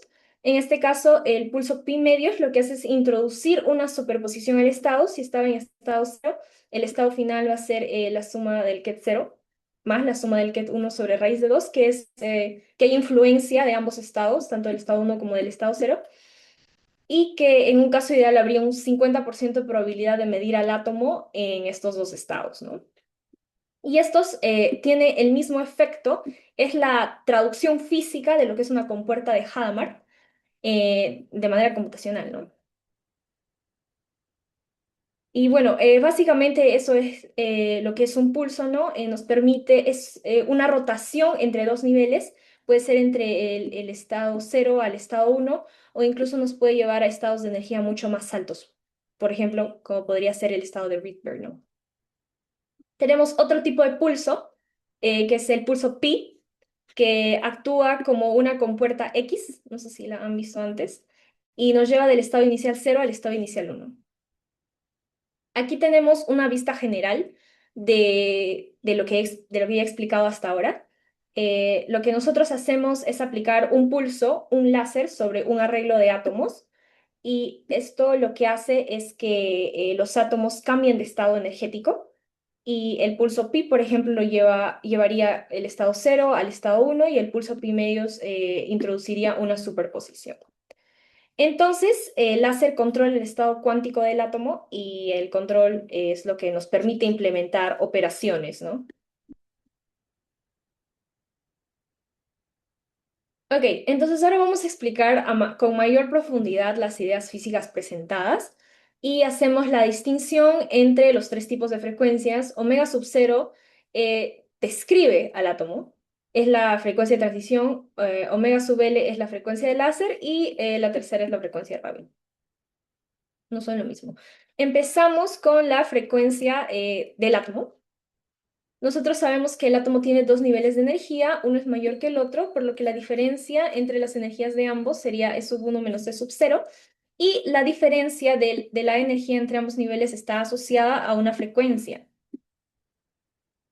Aquí nosotros lo podemos observar, y esta frecuencia entonces está directamente relacionada con el cambio de energía entre dos niveles del átomo, por lo que esta vendría a ser la frecuencia de transición, o la frecuencia natural de transición del átomo. Nosotros generalmente definimos o escogemos la energía del estado base de referencia como 0. Sin embargo, esto no significa que la energía en el estado 0 no exista, sino que lo elegimos como referencia para medir la energía del estado excitado, ¿no? Que sería E1. Si nosotros reemplazamos aquí en la fórmula 0, aquí, nos despejamos E1 y nos damos cuenta que equivaldría a esta expresión. Esto es lo que se conoce como un gauge matemático, y nos ayuda a medir relativamente o sea, la diferencia entre ambas energías, que es realmente lo que importa, no tanto la energía individual de cada estado. Bien, en esta imagen se ve a un átomo transicionando entre dos niveles. El nivel 1 está asociado al 0, el nivel 2 al 1. Y bueno, la energía de transición es finalmente la que observamos acá. Ahora vamos con la frecuencia del láser. ¿Por qué el láser tiene una frecuencia? Bueno, el láser es luz, y la luz es un campo magnético que oscila, ¿no? Entonces, el campo magnético cambia en el tiempo de manera periódica y tiene una frecuencia, y lo podemos escribir de la siguiente manera. Aquí W sub L es la frecuencia del láser, y nos dice, bueno, qué tan rápido oscila el campo eléctrico de la onda electromagnética en el tiempo. Bueno, la interacción ocurre una interacción entre el campo eléctrico y el átomo, porque el átomo tiene electrones y los electrones tienen carga. Entonces, el campo actúa sobre las cargas del átomo, sobre su distribución electrónica, y eso permite que el láser pueda acoplar estos dos estados, y permite el cambio de 0 a 1. Bueno, lo más importante sobre la frecuencia del láser es que es una propiedad de la luz, del láser, y es propia para cada color, ¿no? Para cada, dentro del espectro de radiofrecuencias. Cuando la frecuencia del láser está cerca de la frecuencia del átomo, nosotros decimos que estamos en resonancia y se permite una transición. Entonces, lo que hacen es algo llamado laser tuning, que es modificar la frecuencia del láser para que coincida con la frecuencia de transición del átomo. En este caso, cuando ambas se asemejan, nosotros decimos que estamos en resonancia, ¿no? Y vamos a explicar qué es la resonancia para que se entienda de manera sencilla. La resonancia es cuando un sistema oscilatorio responde con mayor intensidad cuando lo exponemos ante una frecuencia externa. En este caso, nosotros podemos imaginar un columpio, que es un sistema oscilante, y cuando nosotros le aplicamos una frecuencia externa cualquiera, digamos, sin ningún criterio, el columpio o la persona que esté ahí probablemente alcance una mayor amplitud, pero no de manera muy pronunciada. En cambio, si nosotros empujamos en el momento justo, nos vamos a dar cuenta cómo el columpio va a adquirir, cómo la oscilación va a adquirir una amplitud mucho mayor. Entonces, en el momento en el que esta amplitud del sistema es máxima, decimos que le estamos aplicando su frecuencia de resonancia y decimos que el sistema está en resonancia. Entonces, en este caso, ¿cuál es cuál es el sistema oscilante? Vendría a ser el átomo y la frecuencia externa es el campo eléctrico. Entonces, con el átomo ocurre algo muy similar. Con el átomo ocurre algo muy similar. Si la frecuencia del láser hace match con la frecuencia de transición, entonces decimos que estamos en resonancia y decimos que estamos en desintonía en el caso contrario. Introducimos el concepto de desintonía, que mide qué tan lejos estamos de la resonancia, lo cuantifica. Y si la desintonía es pequeña, entonces estamos cerca de la resonancia, ¿no? La resonancia ocurre cuando la desintonía es igual a cero y un láser desintonizado es cuando cuando su frecuencia está muy separada de la frecuencia de resonancia.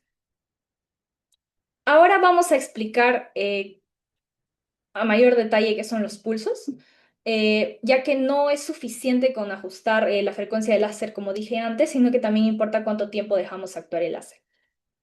Un pulso es aplicar el láser durante un tiempo que nosotros vamos a controlar. Y bueno, un pulso es una unidad de control, como ya había mencionado antes.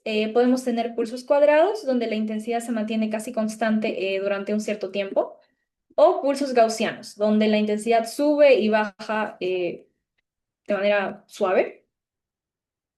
La forma del pulso determina cómo se aplica la interacción con el átomo y, en general, define cuándo cambia el estado del qubit, ¿no? Y aquí se puede entender por qué se le llama pulso pi y por qué se le llama pulso pi medios, ¿no? Vemos que aquí hay una rotación de pi, si lo visualizamos en la esfera de Bloch, y aquí hay una rotación de pi medios, que introduce la superposición, ¿no?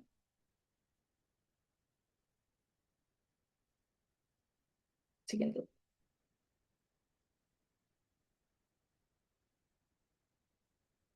Ok.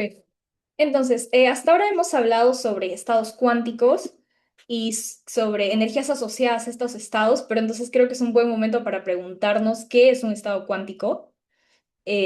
Bueno, nosotros tenemos que empezar entonces explicando un poco sobre la mecánica clásica.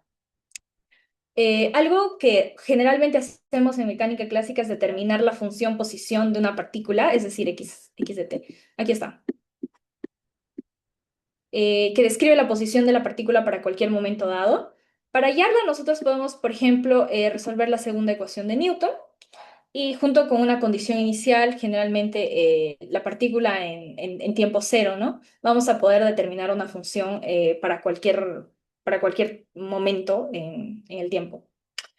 Y esta función x de t es importante porque únicamente aplicando un operador lineal sobre la función, nosotros vamos a poder obtener otras cantidades relevantes. Por ejemplo, aplicándole una derivada a la función posición, vamos a obtener la velocidad. Y así, de manera similar con el momento, con la energía cinética. Entonces, la mecánica cuántica aborda este problema de una manera un poco diferente. En este caso, lo que nosotros queremos hallar no es la función posición, sino le llamamos función de onda. Y la obtenemos después de resolver la ecuación de Schrödinger. La ecuación de Schrödinger forma como un rol análogo a la segunda ley de Newton, ya que dada una condición inicial, generalmente cuando t es igual a cero, ecuación de Schrödinger nos permite hallar la función de onda para cualquier momento en el futuro, ¿no? Así como lo hacíamos con la función posición. Pero una pregunta es, ¿qué exactamente nos dice la función de onda? Porque, por ejemplo, la función posición es clara, ¿no? Después de todo, una partícula está localizada en un punto, pero si la función de onda está esparcida en el espacio, entonces, cómo es que representa el estado de una partícula, ¿no? Si una partícula se ubica allí, y aquí nosotros podemos ver otro tipo de distribución, ¿no? Entonces, la respuesta nos la da la interpretación estadística de Born, que dice que el módulo al cuadrado de la función de onda nos dice la probabilidad de encontrar la partícula entre A y B en un tiempo t.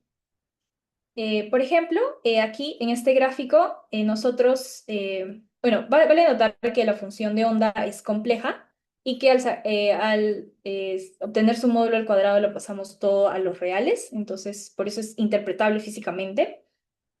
Según esta distribución, nosotros podríamos decir que hay una bastante alta probabilidad de encontrar la partícula cerca del punto A y una probabilidad casi nula de encontrar la partícula cerca del punto B.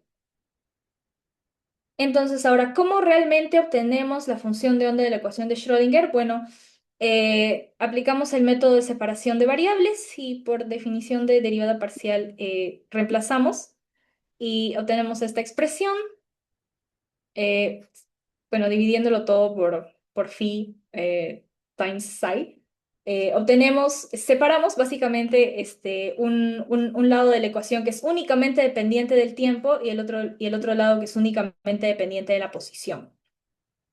Dado que ambas son dependientes de diferentes variables, pero son iguales, entonces suponemos que pues deben de ser a una constante, porque no hay otra. Aquí, la segunda, nosotros le llamamos ecuación de Schrödinger independiente del tiempo porque no depende del tiempo, solo depende de la posición. Entonces, en esta ecuación independiente del tiempo, nosotros vemos o identificamos un operador muy importante que está actuando sobre la función de onda. No sé si se dan cuenta, si nosotros factorizamos la función de onda de aquí, nos podemos dar cuenta de que está operando el operador hamiltoniano. Entonces, el hamiltoniano clásicamente lo entendemos como la suma entre la energía cinética y la total. Y en cuántica pasa algo parecido, pero en cuántica el operador es un hamiltoniano. Porque para poder obtener otras cantidades a partir de la función de onda, lo que nosotros tenemos que hacer es aplicar operadores a la función de onda. De manera similar a como pasaba también con la función posición. Entonces, esta es la ecuación de Schrödinger independiente del tiempo, la TICE, y nosotros la podemos expresar de la forma eigenvalue-eigenvector, que creo que es algo que si están en el módulo 2, les han enseñado cómo hallar los autovectores y los autovalores de una matriz, y acá se puede ver su aplicación práctica, digamos, porque es algo muy interesante, de hecho. Resulta que las funciones de onda que resuelven, porque si tú resuelves esta ecuación obtienes una respuesta que es una función, porque es una ecuación diferencial. Las funciones de onda que resuelven la ecuación de Schrödinger independiente del tiempo son los autovectores del hamiltoniano del sistema y la energía asociada a este sistema y a estos estados es el autovalor respectivo del estado, que es el autovector del hamiltoniano, ¿no? Entonces, por eso a cada estado estacionario, que es una función de onda, que es la solución a la ecuación independiente del tiempo de Schrödinger, a cada estado le corresponde una energía. ¿no? Entonces, ya que sabemos que a cada estado le corresponde una energía, entonces al estado cero que nosotros hemos usado y al estado uno también les corresponde una energía, como ya habíamos mencionado antes. Pero ahora algo que es importante considerar es que nosotros estábamos tomando en cuenta un átomo que está bajo la influencia de un campo eléctrico. Entonces, el hamiltoniano que describe la energía del sistema, que es como el mapa energético del sistema, cambia, porque la energía no va a ser la misma teniendo únicamente un átomo a teniendo un átomo influenciado por un campo eléctrico o un campo electromagnético. Por eso nosotros empezamos explicando el hamiltoniano de interacción.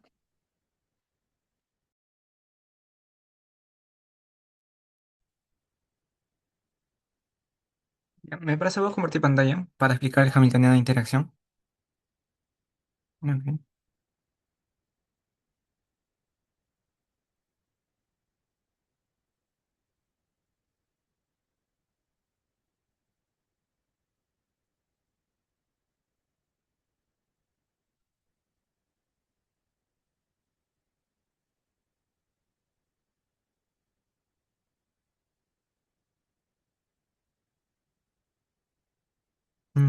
Ya, ok. Un momento.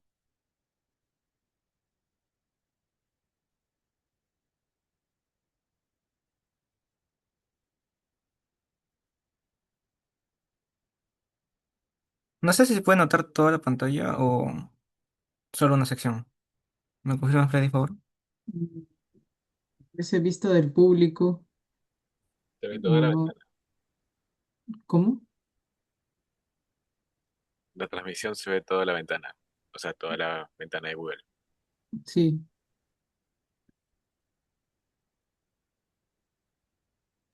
Es en compartir y... Ah, ya sí está bien creo ahora, ¿o no? Sí, me parece que sí. Ah, no, sí, compartir, presentar, porque si no va a aparecer como video. Presentar y modo pantalla completa, pantalla. Ujú. Ah, ya, ya, ok. Entonces, ya. Perdón por el lapsus. Ahora sí, a explicar el Hamiltoniano de interacción. No, el primero, el Hamiltoniano. Ahora, cuando se trata de un sistema como tal del átomo neutro, en realidad cualquier tipo de átomo, pero específicamente para computación cuántica es el átomo neutro, en conjunto con el láser, no solo se va a tratar de acerca de dos estados, sino también a veces el intermedio, que se puede interpretar así, que es en realidad superposición de estos, entonces hay que generalizarlo. Y el operador hamiltoniano es lo que hace es generalizar la energía particular de este sistema en la transición. Y para eso tenemos la energía correspondiente al estado ground, o sea, al estado cero acá que se puede interpretar, también como al estado excited, que es el estado uno. Entonces, como caucho matemático, es decir, tomamos de referencia, porque al final lo que nos va a importar es la diferencia de energías, el estado inicial como cero y el estado final como la constante de Planck reducida por la frecuencia de transición. Entonces, eso como una matriz esta. En ciertos libros va a aparecer acá también este cero como la misma energía, pero en realidad es como nos importa la diferencia, entonces no es relevante para este caso. Ahora, entre todo el sistema, no solo es el átomo, sino también la interacción de este con el láser. Es así que el hamiltoniano total sería el hamiltoniano propio del átomo, pero sin la interacción con la luz, y el hamiltoniano con la interacción de esto, es decir, átomo-láser. Entonces, para introducirnos al hamiltoniano de interacción, es decir, entre este sistema completo, habría que visualizar un concepto clave que es principalmente el dipolo eléctrico, que en mecánica se le conoce como momentum. En electromagnetismo, específicamente el dipolo eléctrico es la unidad básica en parte del movimiento, una mínima interacción eléctrica. Por ejemplo, para partículas, el momento lineal nos sirve para poder saber cómo es que interactúan y como tratamos de un electrón que transiciona de un nivel a otro, entonces lo que nos va a permitir el dipolo eléctrico es primero saber el potencial y a partir de ello el hamiltoniano correspondiente. El dipolo eléctrico representado por D es equivalente a la carga por la distancia que hay entre la carga positiva y la carga negativa. Una representación visual es esta. que interactúa directamente con el núcleo, este electrón. Entonces, el hamiltoniano de interacción será equivalente a este dipolo eléctrico multiplicado por el campo eléctrico total, que en sí sería un campo eléctrico oscilante de parte del láser, puesto que en sí el átomo no tiene esa particularidad. Y ahí es donde surge un problema, y es que debido a esa perturbación, entonces el marco de referencia se nos complica, porque ya no solo tenemos que analizar la interacción, o sea, la transición, sino también la influencia del láser dentro de esta interacción, teniendo dos tipos de oscilaciones, una que es una transición y otra que es una oscilación de parte del campo eléctrico, para lo cual este sistema, este acoplamiento, lo vamos a separar. Y acá hay un elemento también esencial que es el elemento de transición de la matriz, que es básicamente una representación unitaria de el hamiltoniano de interacción, de manera que podemos separarlo en ambas partes, tanto su sección temporal, que es representada por el coseno de la frecuencia del láser, o sea, lo que nos induce este sistema externo que es el láser, y el espacial representado principalmente por el dipolo eléctrico. Y para ello, principalmente hay dos estamentos bueno, dos estamentos como tal. Y uno es cuando este elemento de transición es equivalente a cero. Eso significa que no hay una interacción directa entre la carga y la carga positiva y la negativa, que es el electrón. Y eso significa que no puede hacer un intercambio, porque no hay una interacción directa con esto. Mientras que cuando es diferente de cero, porque si bien lo notamos, el dipolo eléctrico es equivalente a algo, en este caso la carga del electrón. Entonces ahí es donde sí puede influenciar el láser dentro de este sistema. Y a esta oscilación se le corresponde una velocidad que nosotros la interpretamos como la frecuencia de Rabi. Ok. Entonces la frecuencia de Rabi básicamente se trata de esta interacción, la mínima interacción de la velocidad que hace de transicionar este electrón de un nivel a otro. Y pues básicamente del estado cero al estado uno correspondientemente.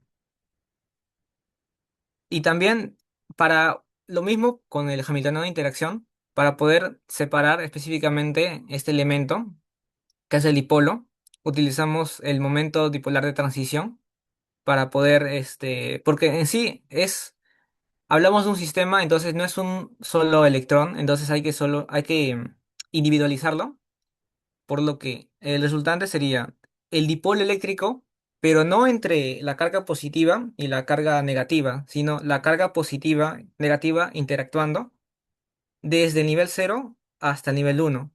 Porque si fuera en general, sería desde el nivel cero hasta el núcleo, lo cual no nos sirve en este caso porque analizamos acá la transición.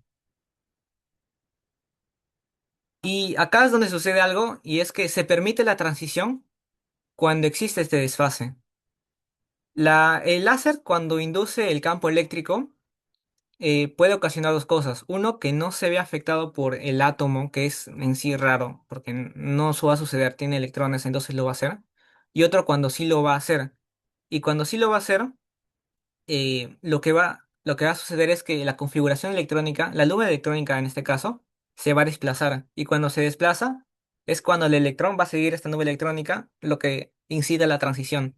Matemáticamente, esta es la explicación de por qué es que cuando se induce un láser, el campo eléctrico de un láser interactúa con un átomo, es por lo cual va a suceder este fenómeno.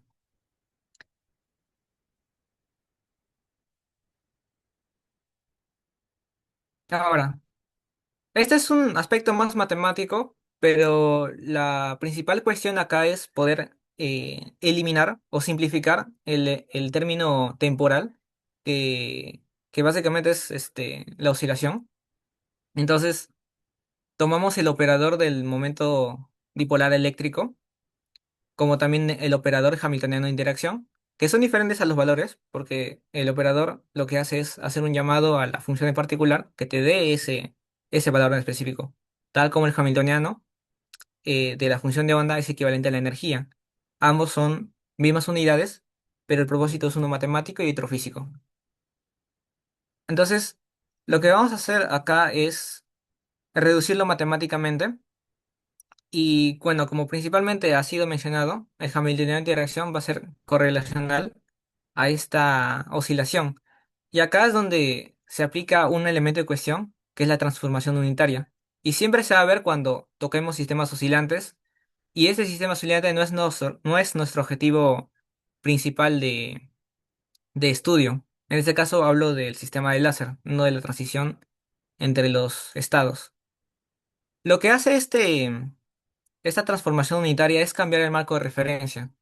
Entonces ya no vamos a ver directamente la interacción entre el láser y el átomo, sino vamos a verlo como si fuéramos nosotros el electrón, es decir, el observador. Entonces la única oscilación permitida, que es la transición entre los estados, ya no el campo eléctrico afectando a esta transición, induciendo esta transición. Lo que se caracteriza como una oscilación rápida a una sin fase rápida, porque ya no utilizamos esto para poder aplicarlo en nuestro sistema. Entonces, acá hay una implicancia más, y es que cuando operamos, resolvemos matemáticamente esto, lo que nos va a resultar es lo siguiente: el Hamiltoniano de interacción, llamado ahora aproximación de onda, va a tener dos factores en específico, uno que es una constante, es decir, uno más el término variable o término rápido conocido también, Euler elevado a la más menos 2 y por la frecuencia del láser multiplicado por el tiempo. La frecuencia acá es dos veces la frecuencia normal que conocemos. Sin embargo, como la frecuencia como tal del láser es, o sea, eh, uno solo de estos, W, cuando hagamos la medición, la correspondencia como tal es dos veces W. Entonces ya no nos va a servir como tal. Y esto es considerado como ruido. En sí, matemáticamente se le conoce como parte de un estructo de Seeger-Bloch, en lo cual próximamente voy a explicar cómo es que se hace esta corrección, porque es una aproximación y nos va a simplificar las cosas. De una manera representativa es esto. Los términos rápidos van a terminar como este ruido, este segmento de ruido, mientras que lo que nos interesa son los términos constantes para el acoplamiento efectivo. El resultado es el Hamiltoniano de interacción multiplicado por la frecuencia Rabi que anteriormente explicamos cómo es que se obtenía, por la matriz de Pauli en X, y aplicamos lo mismo al Hamiltoniano de interacción y ya está. También al Hamiltoniano, pero del átomo sin la interacción con el láser. De la manera que tenemos esto. ¿Y esto para qué nos sirve? Para una cosa principal. Tenemos ya el Hamiltoniano total de todo este sistema y esto sí es computable, es decir, operable, porque tenemos el sistema sin ninguna interferencia de algún ruido de Bloch-Schieber o una oscilación del campo eléctrico externo. Entonces, la probabilidad de transición, lo que nos interesa con esto, es que aquí tenemos el Hamiltoniano de interacción primeramente. La función de onda va a corresponder a tanto un parámetro, un coeficiente, que represente también al estado excitado, 1, y al estado base, que es 0. La probabilidad de por sí es estos coeficientes elevados al cuadrado.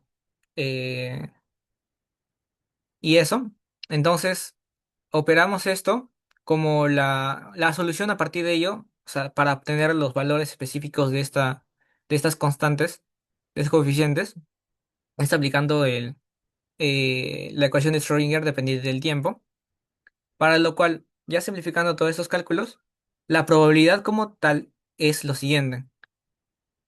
Y acá hay una visualización interesante de qué podemos interpretar a partir de esto. Este gráfico representa la relación entre la probabilidad y el tiempo en relación a parámetro específico, que es el de tuning, o sea, la diferencia o qué tan lejos está la frecuencia del láser con la del átomo como tal, sobre la transición o sea, la frecuencia de Rabi, que es la velocidad de transición entre ambos estados. Mientras mayor sea la probabilidad, mayor va a ser el tiempo. Y esto le corresponde cuando exactamente son iguales, es decir, cuando se encuentra en resonancia. La probabilidad se asegura, es más seguro hacer esta operación, sin embargo el tiempo va a ser extenso.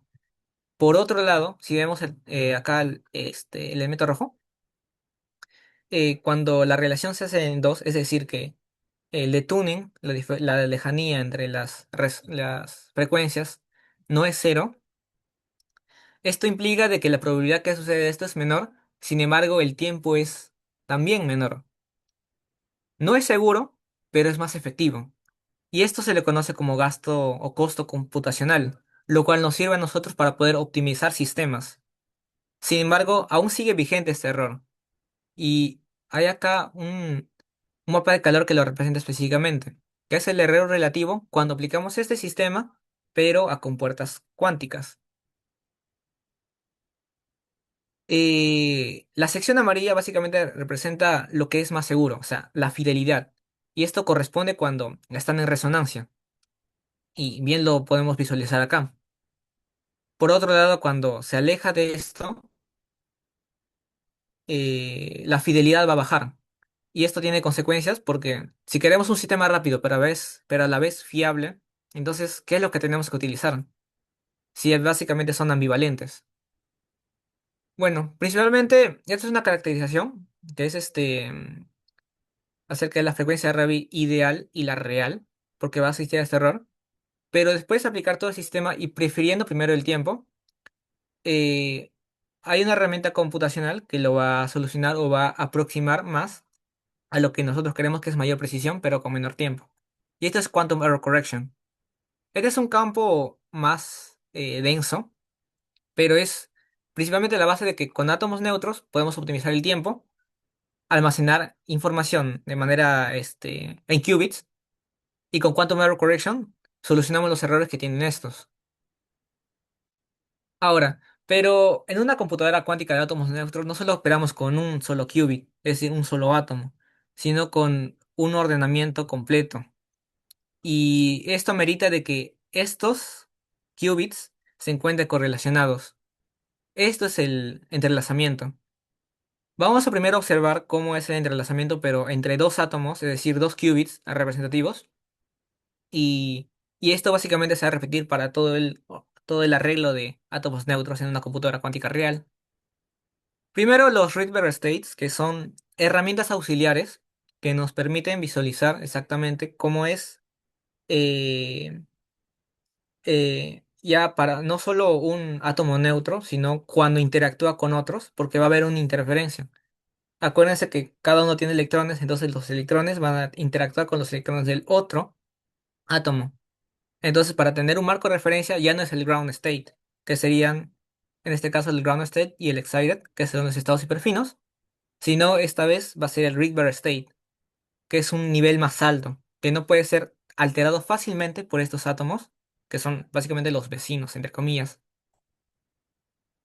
Una historia de parte de los Rydberg States es principalmente por Michael Lukin, investigador también del MIT.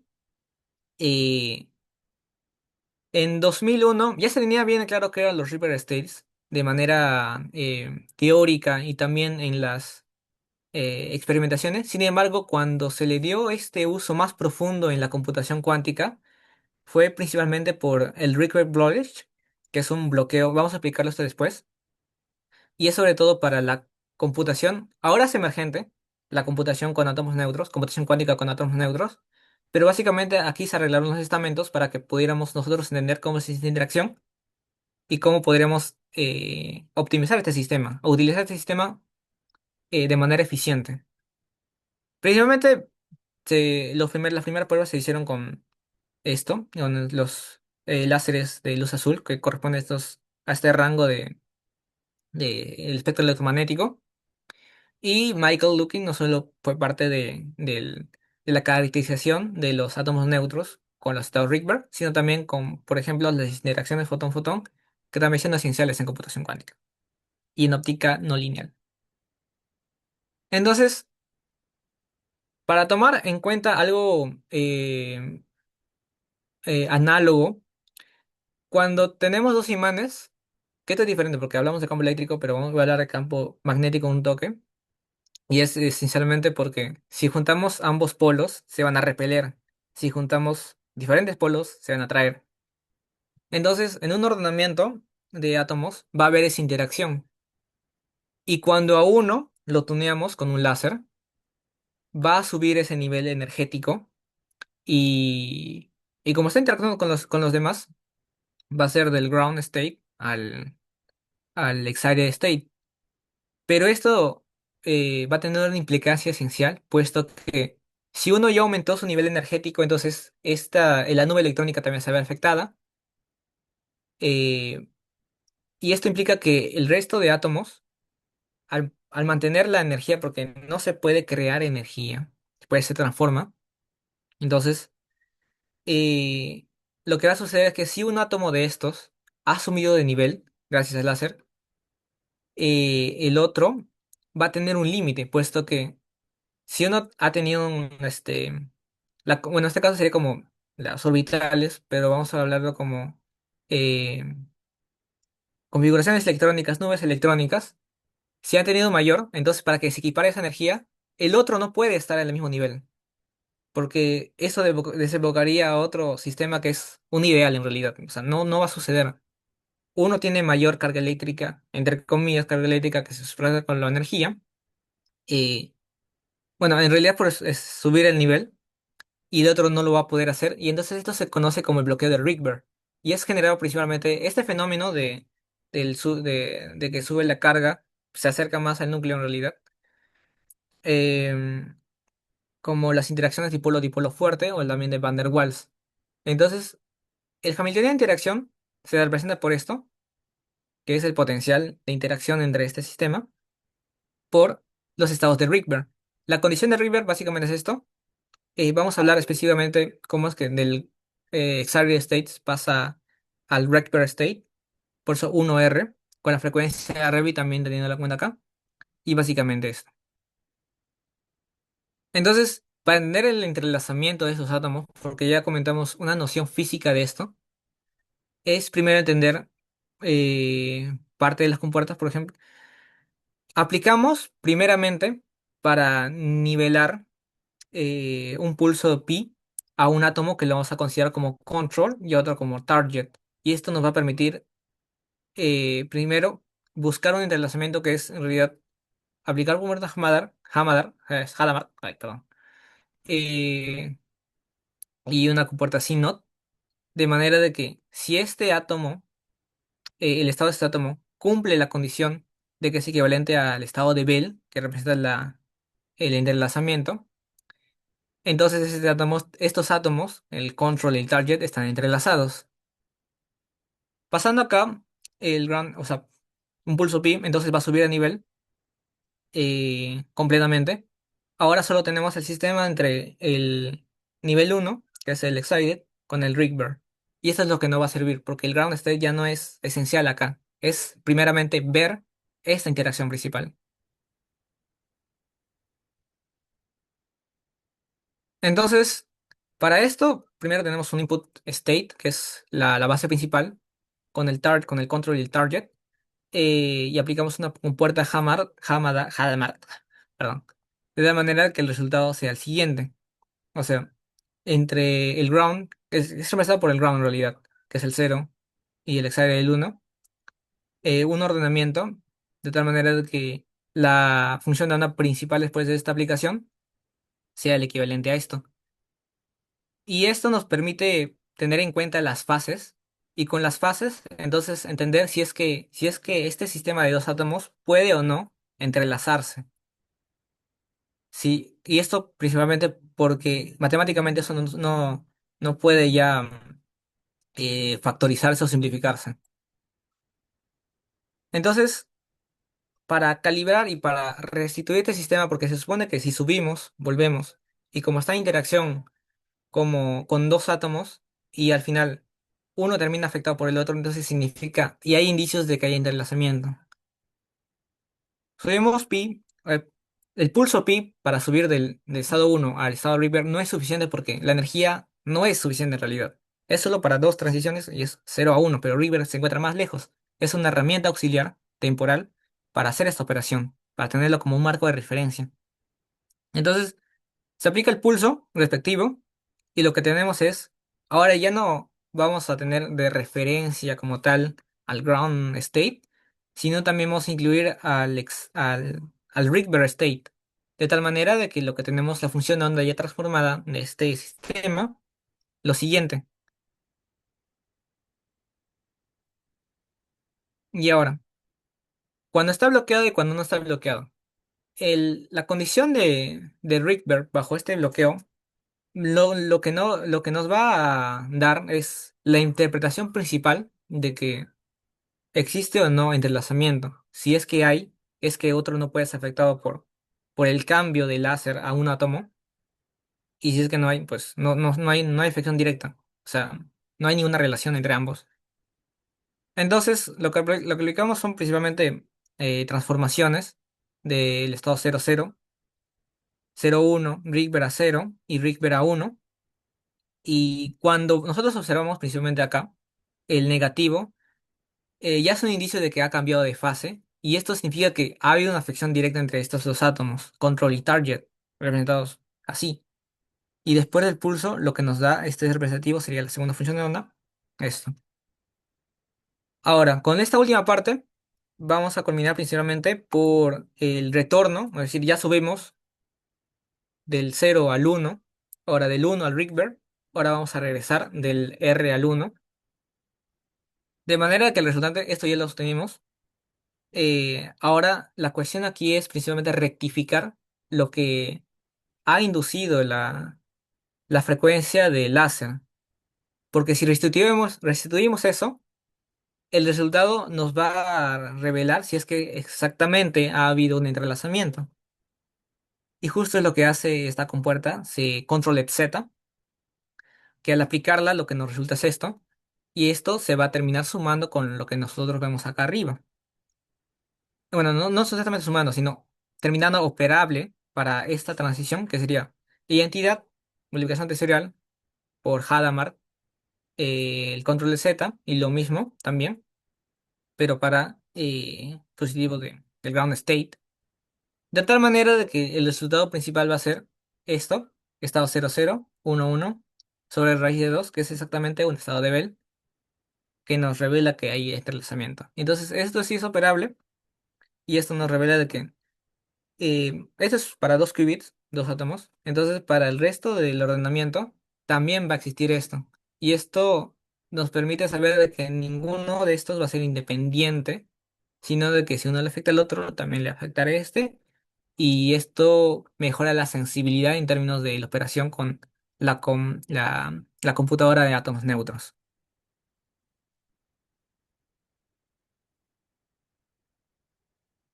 Y ahí sí, no le doy pase. Rosario. Sí, por favor, estoy intentando compartir pantalla, pero no me deja.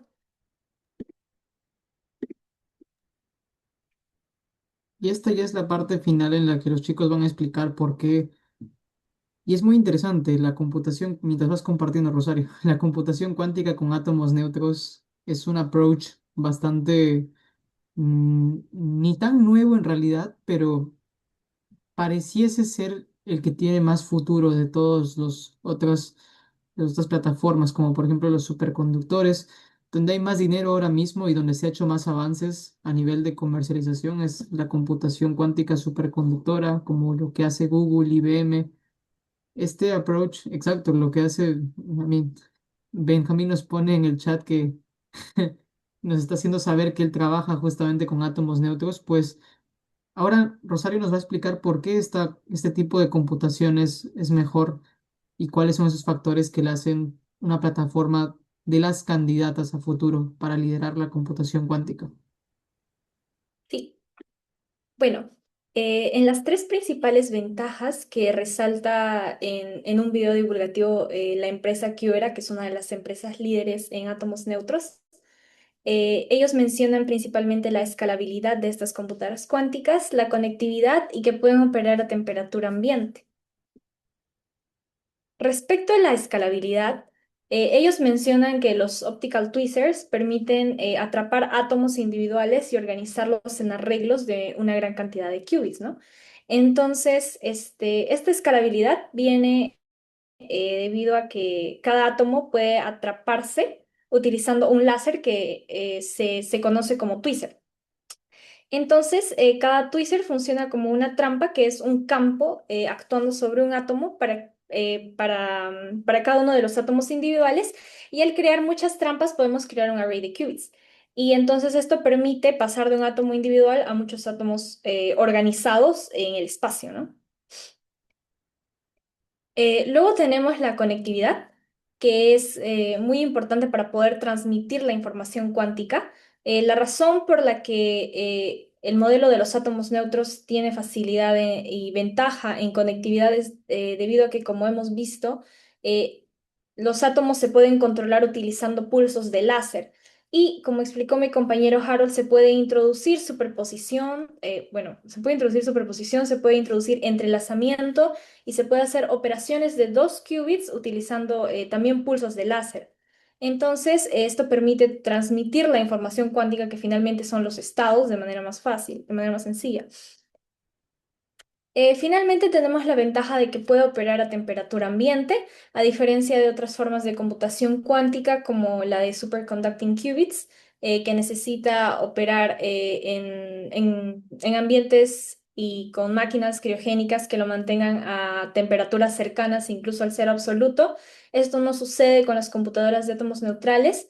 Es de manera bastante similar como sucede con los qubits fotónicos, que se puede trabajar digamos, en un laboratorio sin necesidad de todo el equipamiento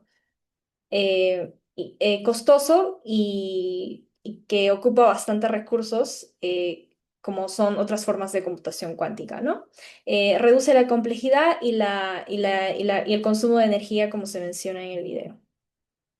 Entonces, esas serían las razones por las que se cree que esta es una de las formas de computación cuántica más viables y la importancia también de nuestra explicación el día de hoy.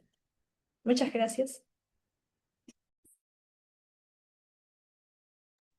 Chicos, gracias a ustedes. Ha sido una excelente charla, bastante completa, la verdad. Creo que le han mostrado a las personas las diferentes partes de lo que es hacer computación cuántica, la parte teórica, la parte física, la parte óptica, incluso la parte comercial al final, porque estas cositas, lo que acabas de mencionar, los tres aspectos, Rosario, escalabilidad, operaciones a temperatura ambiente y conectividad, son las cosas que al final a un empresario, cuando uno le ofrece esta es la plataforma que he creado, quieres invertir en nosotros. Eso es lo que le llama el ojo y lo que termina vendiendo tu producto.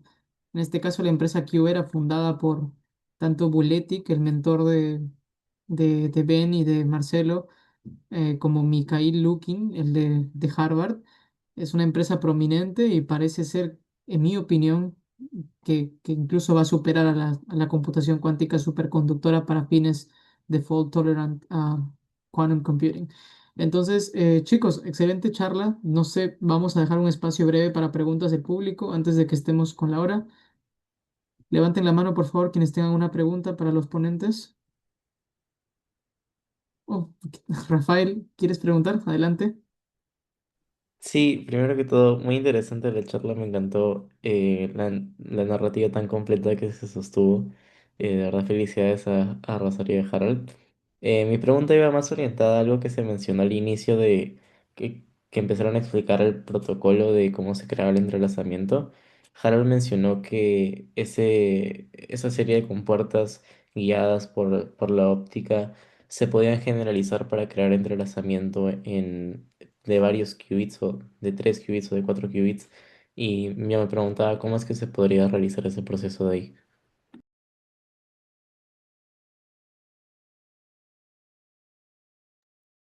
Ya. Interesante pregunta. Y es en realidad ya por convenciones matemáticas. El hamiltoniano que yo presenté era solo para 2 qubits, entonces el hamiltoniano de todo ese sistema, independientemente de cuántos átomos sean, sería la sumatoria de todos estos, o sea, por un i, a todos los control y target, o sea, serían como agruparlos en dos. Y básicamente todo este sistema es lo que permite representarlo. Entonces, básicamente es el mismo procedimiento eh, aplicado. El costo ahí sí sería no operarlo literalmente a mano, sino ya con métodos computacionales poder optimizarlo. Ujú. En términos de escalabilidad, Ben, are you familiar with Professor Hans Bernin work by any chance? Do you know what I'm talking about? Oh yeah, Hannes Pernian.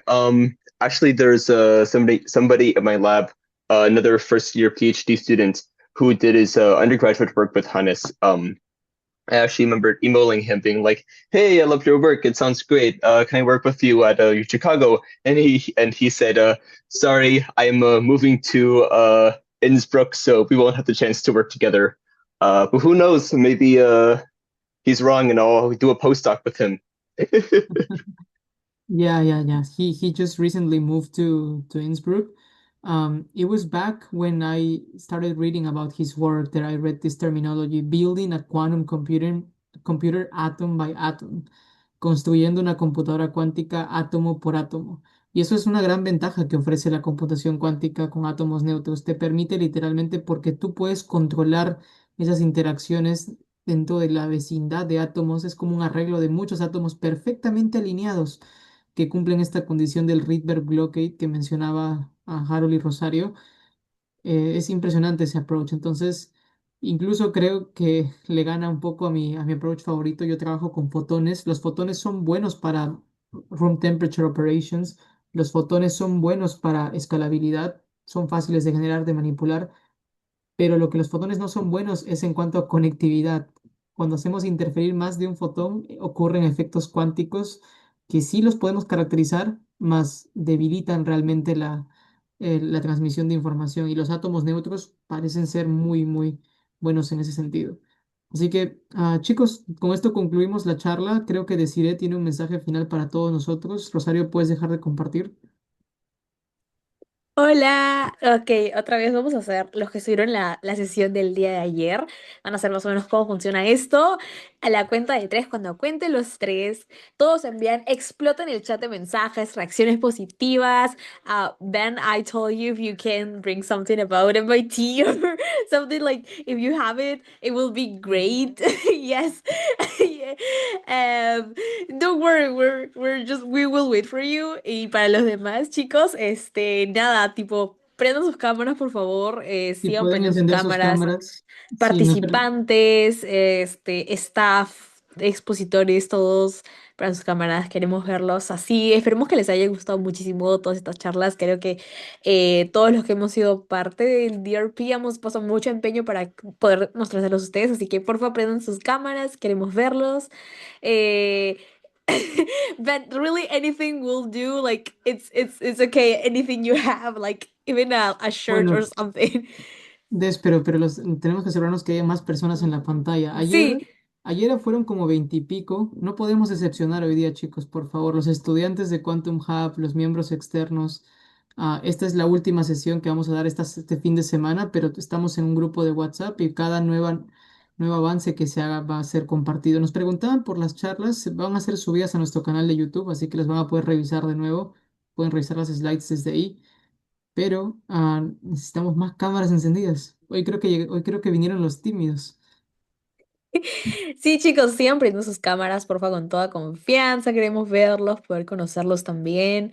Quienes son el nuevo futuro de la cuántica. ¿Pueden levantar la mano los que son estudiantes de Quantum Hub del módulo 2? Quiero saber qué porcentaje asistió hoy día. ¿Algún estudiante? Ok. Y pueden prender sus cámaras también mientras hacen eso. Sí, please. Ok, tenemos 3 estudiantes. Hay que apuntar esos nombres, creo, ¿no? Eso demuestra commitment. Clock it, clock it. Bueno, Mm, sigan prendiendo sus cámaras, chicos. Recuerden a la cuenta de tres, explotan las reacciones, el chat, todo, mensajes positivos. Todos somos Team Quantum, siempre. Ben, let us know if you found something. I Oh, yeah, think it's there it a, is. well, he's got his Eh, blood. That's if fine. you could do that pose, like, it will be really, really great. Yes. Okay, so, okay, chicos, a la cuenta de tres, vamos a hacer, ok. Wait, voy a limpiar mi cámara un segundo. Necesito, si no, no va a salir bien el contenido. Wait a second. Ok. Ya, a ver.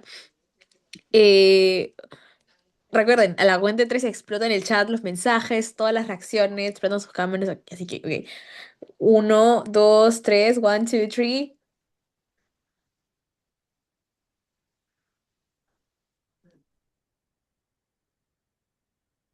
Quantum.